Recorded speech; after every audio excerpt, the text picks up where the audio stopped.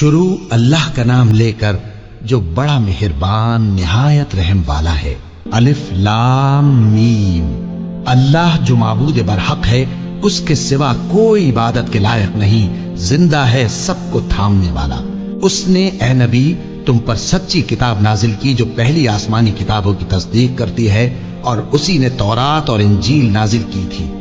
ये दो किताबें उसने पहले नाजिल की थीं लोगों की हिदायत के लिए, और फिर कुरान जो हक और बातिल को अलग अलग कर देने वाला है नाजिल किया। जो लोग अल्लाह की आयतों का इनकार करते हैं उनको सख्त अजाब होगा, और अल्लाह जबरदस्त है, बदला लेने वाला है। अल्लाह ऐसा खबीर और बसीर है कि कोई चीज उससे पोशीदा नहीं, न जमीन में और न आसमान में। वही तो है जो माँ के पेट में जैसी चाहता है तुम्हारी सूरतें बनाता है। उस गालिब हिकमत वाले के सिवा कोई इबादत के लायक नहीं। ए पैगंबर, वही तो है जिसने तुम पर यह किताब नाजिल की जिसकी बाज आयतें मुहकम हैं और वही असले किताब है, और बाज दूसरी मुतशाबे हैं। तो जिन लोगों के दिलों में कजी है वो मुतशाबिहात का इत्तिबा करते हैं ताकि फितना बर्पा करें और मुराद असली का पता लगाएं। हालांकि मुराद असली अल्लाह के सिवा कोई नहीं जानता। और जो लोग इल्म में गहरी नजर रखते हैं वो ये कहते हैं कि हम उन पर ईमान लाए।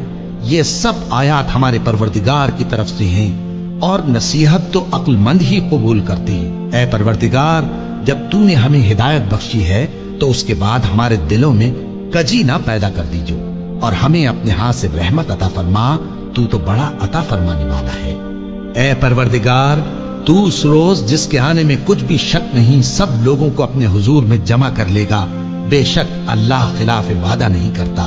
जो लोग काफिर हुए उस दिन न तो उनका माल ही अल्लाह के अजाब से उनको बचा सकेगा और न उनकी औलाद ही कुछ काम आएगी, और ये लोग आतशे जहन्नम का ईंधन होंगे। इनका हाल भी फिरौनियों और इनसे पहले लोगों का सा होगा जिन्होंने हमारी आयतों की तकजीब की थी, तो अल्लाह ने उनको उनके गुनाहों के सबब अजाब में पकड़ लिया था, और अल्लाह सख्त अजाब करने वाला है।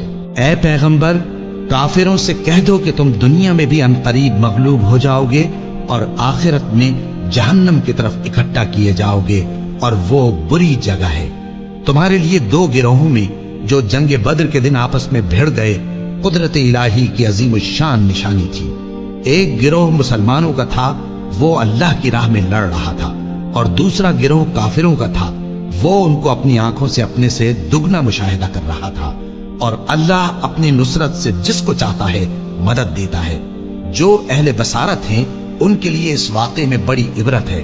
लोगों को उनकी ख्वाहिशों की चीजें यानी औरतें और बेटे और सोने और चांदी के बड़े बड़े ढेर और निशान लगे हुए घोड़े और मवेशी और खेती बड़ी जीनतदार मालूम होती हैं, मगर ये सब दुनिया ही की जिंदगी के सामान हैं, और अल्लाह के पास बहुत अच्छा ठिकाना है। ऐ पैगंबर, इनसे कहो कि भला मैं तुमको ऐसी चीज बताऊं जो इन चीजों से कहीं अच्छी हो। सुनो, जो लोग परहेजगार हैं उनके लिए अल्लाह के यहाँ बागात बहिश्त हैं जिनके नीचे नहरें बह रही हैं, उनमें वो हमेशा रहेंगे, और पाकीज़ा बीवियां हैं, और सबसे बढ़कर अल्लाह की खुशनूदी। और अल्लाह अपने सब बंदों को देख रहा है जो अल्लाह से इल्तिजा करते हैं कि ऐ परवरदिगार, हम ईमान ले आए सो हमको हमारे गुनाह मुआफ फरमा और हमको दोज़ख के अजाब से महफूज रख। ये वो लोग हैं जो मुश्किलात में सब्र करते और सच बोलते और इबादत में लगे रहते और नेकी में खर्च करते और औकात सहर में गुनाहों की मुआफी मांगा करते हैं। अल्लाह तो इस बात की गवाही देता है कि उसके सिवा कोई माबूद नहीं, इस हाल में कि वो इंसाफ का हाकिम है।